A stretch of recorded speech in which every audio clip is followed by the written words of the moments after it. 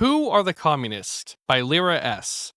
Given this is a time where socialists are advancing with reformist aims, many are alleging they are communist. There's a lot of confusion between the two. It is thus important for us, the communists, to elaborate who we are and what we want, and our distinction with the socialist. I will be iterating several common questions which have been asked of me and others and elaborate our answers to each. 1. What is communism?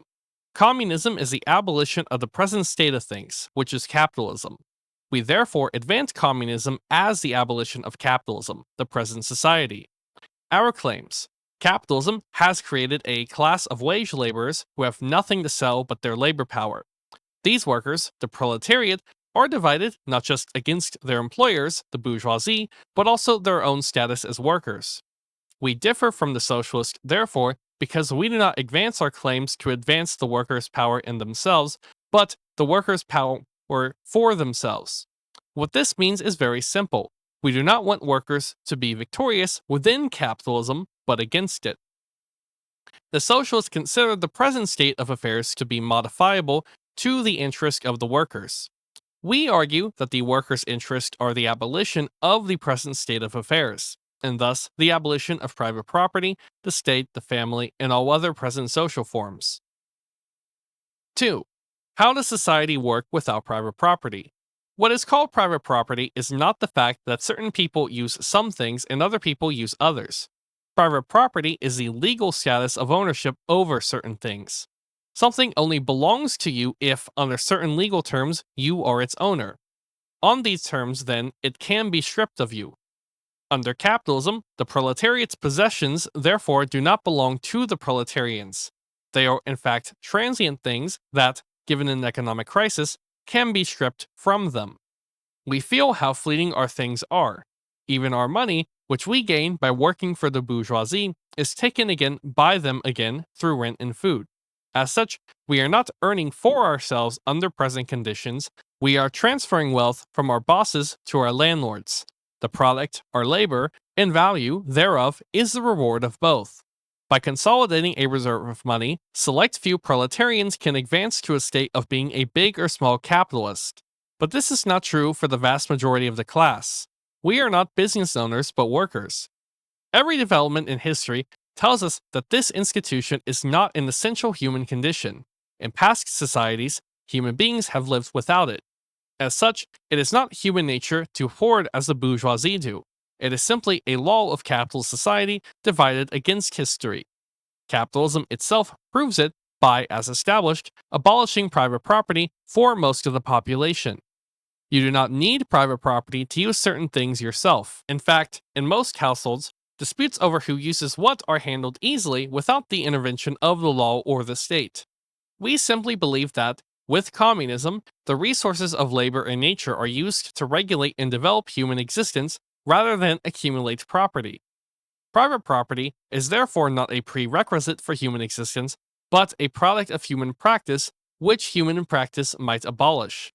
We differ from the socialists who believe in redistributing existing property because we believe the existence of private property itself brings its centralized and uneven accumulation. 3. How does society work without the state? It is claimed that we need a state to ensure the stability of a given society, but this means we must define the state. What is a state?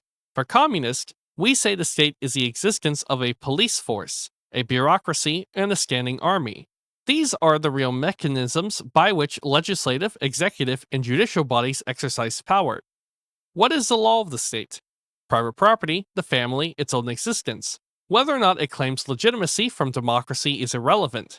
The bourgeois state does not and never will permit the abolition of any of these things. If it is brought to the brink of such developments, as has happened in many countries, in every case it fights to assert itself. Who does this power represent? We communists modestly assume the institution dedicated to defending private property serves and is influenced by the class that benefits from the existence of private property, the bourgeoisie. What does the state regulate? We contend that the basic premise of human existence is a human production. We produce and make history off of what we produce. As such, the allegation that humans need a state is actually the assertion that we need a police force, a bureaucracy, and a standing army to produce. We do not need a police force or standing army to produce. The former is for policing the civility of bourgeois society. The latter is for purposes of international competition. Both are acts of production for the bourgeoisie to whom we oppose. The main contention is therefore that we need a bureaucracy to produce. This is self evidently false to us who produce. In fact, usually the workers know when there are problems. It is the bureaucrats who mess it up. The bureaucrats amount power for themselves and rarely help people, and when they do, it comes only so they can expand their own power. Many workers presently slack off when they are not disciplined. This is because they understand they are not working for themselves but for their employers. We believe that workers will work and produce for themselves when they are working for their own good. All study social history only proves this claim. 4. How does society work without the family? The notion that we ought to abolish the family appears perhaps the most ludicrous demand of the communists. Even self proclaimed radicals turn up their nose at it. You will take our children away from us, says the parents. Our response: do you abuse your children? If you abuse your children, they are or should be taken from you. If you do not, then of course we do not think you should be forbidden from seeing with and living with your children. But we believe children belong to themselves, not their parents. We do not believe, of course, that a child is realistically capable of making their own life choices. We just do not believe two parents selected by genetic lottery should be able to determine that child's fate. History teaches us in past societies, children have been raised transparently by the community. Mothers and fathers have been happy to acknowledge this social convention for thousands of years. Only with the rise of ancient tribal families and developing out of them class society and private property do we see the regulation of children as property of definite individuals. Those adults who would not be happy with this are admitting that they believe they ought to be tyrants over their children, that they ought to be the sole determinant of control over their lives of their young. There are many adults who possess sinister motives indeed for insisting that children remain unaccountably bound to them in private life behind closed doors. Under capitalism, families are frayed, destroyed, uprooted, or rendered unstable by its habitual crises of production. The bourgeoisie, as evidenced by the Epstein scandal, do not value the sanctity of marriage or the family, instead take advantage of a free market in the world's youth. The communists are accused of wanting to abolish the family by the present society's defenders. We say yes, and you too work to destroy the family. We just continue this work, for the benefit of adults, no longer belabored by an isolated and difficult childbearing, and children, no longer held to sole account of potentially tyrannical wills. It is for bourgeois society that we are contained against the development of history, and these indivisible economic units so ripe for exploitation. We argue for the abolition of the family, not just a moral proposal, but as an institution now bound up with private property that will disappear with it. 5. What is the communist position on religion? We support the abolition of religion. We do not believe religions exist as individual belief systems, but may exist as individual social forces. These social forces, bound up in both clericalism and secularized political participation, enforce standpoints of present civil society. They do not survive the advance of communism, and where possible are abolished. 6. But what of persecuted religious minorities? Wherever a religious minority is persecuted by a majoritarian faith, we of course support those who are persecuted and will support any and all measures to end that persecution, just as we support the women and children in this community oppressed by their husbands and fathers. Where religious oppression is explicitly racialized oppression, as is the lot of Muslims in many countries, we of course are against racism. Racism, religious oppression, etc., will be done away with through communism, which is brought about with the abolition of race and religion. Those oppressed on the basis of their religion are oppressed because of the material framework of interreligious competition. The oppression no longer exists without these frameworks. 7. So religious people can't be communist? People with religious faith can be communist. We, as materialists, do not hold that someone's role in history is suddenly negated because they simply believe something. We will happily elaborate our position to religious people and accept them if they believe in our cause. We are not thought cops. What we will not do is subordinate communism to a fundamentally religious program, and we firmly oppose movements that aim to achieve this. 8. Abolishing capitalism surely doesn't solve other problems, like racism and sexism. Perhaps if we take a limited understanding of capitalism, but if we view racism and sexism not as transhistorical truths, but instead as the elaboration of inter and intrafamiliar oppression and hierarchies, we then see the struggles of race and gender not as isolated struggles, but class struggles. The communists, through seeing this as a class struggle, do not tell the victims of racialized and gendered oppression to stop struggling, but instead propose the advance of their struggle beyond simply reconciliation within capitalism, to go further and win the world as workers too. Class at first appears to share the same boundaries as race and gender.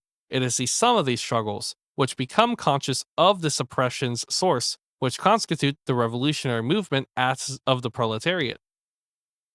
9. Isn't Marxism white and Eurocentric?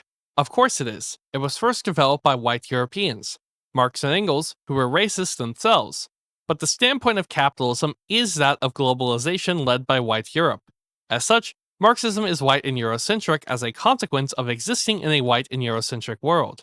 Marxism is not transhistorical either. It too will go away, with the abolition of whiteness in Europe. We communists too hate, quote, whiteness and, quote, Europe, which are stupid categories used by silly nationalists who must couch themselves in the achievement of their country in lieu of any achievements of their own. Marxism, alike the proletariat itself, advances its own abolition. The proletariat does not struggle on its own terms, but the terms provided by capitalism. This same is for whiteness, Europe, etc., which are merely ideas that too will disappear with communism. 10. Under communism, won't lazy slackers live off everyone else's labor? Yes, as with every other system. There will presumably be the existence of layabouts who contribute nothing, but as with every other society in history, including those who have not had a profit motive, the vast majority will contribute. In fact, there will be far more productive labor than beneath capitalism because people will be working for themselves, by their peers, rather than a corporate boss they may not even see. In fact, with communism, many people with certain physical and mental disabilities who physically cannot work now will be seen not as dead weight of no economic value, but capable of performing definite social roles in accordance to their ability. With the abolition of work as producing things for mere exchange, many more elements of human life can be approached as productive in their own right. 12. Marx may have been right about class in the 19th century, but haven't things changed? Things have changed with financialization and professionalization of certain industries. But Marx's greatest contribution was demonstrating crises of capitalist production are intrinsic to capitalism and not external shocks. As such, we know capitalism produces general crises like the one we are presently experiencing in the wake of yet another global breakdown. And behold, economies have crumbled, many professionals are losing their jobs, and even those with professional degrees have found themselves once more performing menial wage labor. And behold again, people now speak more of socialism. Capitalism may change things from moment to moment, but come a crisis as it must, the truth is laid bare that it is the workers against their bosses. 13. What is the relationship between the communist and the socialist? When the socialists advance the working class, we offer our support in advancing the working class, so long as the working class is struggling on its own terms. But when the socialists ask the working class to subordinate themselves to a bureaucratic organ or even union bureaucracy, we will aim ourselves against them and maintain our line. When the socialists tell the working class to halt its advance, our call is onward. History proves that when the workers rest on their laurels, their concessions are lost. Countries, once with very strong union movements, have had these unions hollowed out over time. We must at all points advance until the abolition of capitalism, or else the workers will not be victorious. 14. Communism in the past has failed. Correct, as is the first attempts of establishing liberal democracy. But nevertheless, liberal democracy won in the end.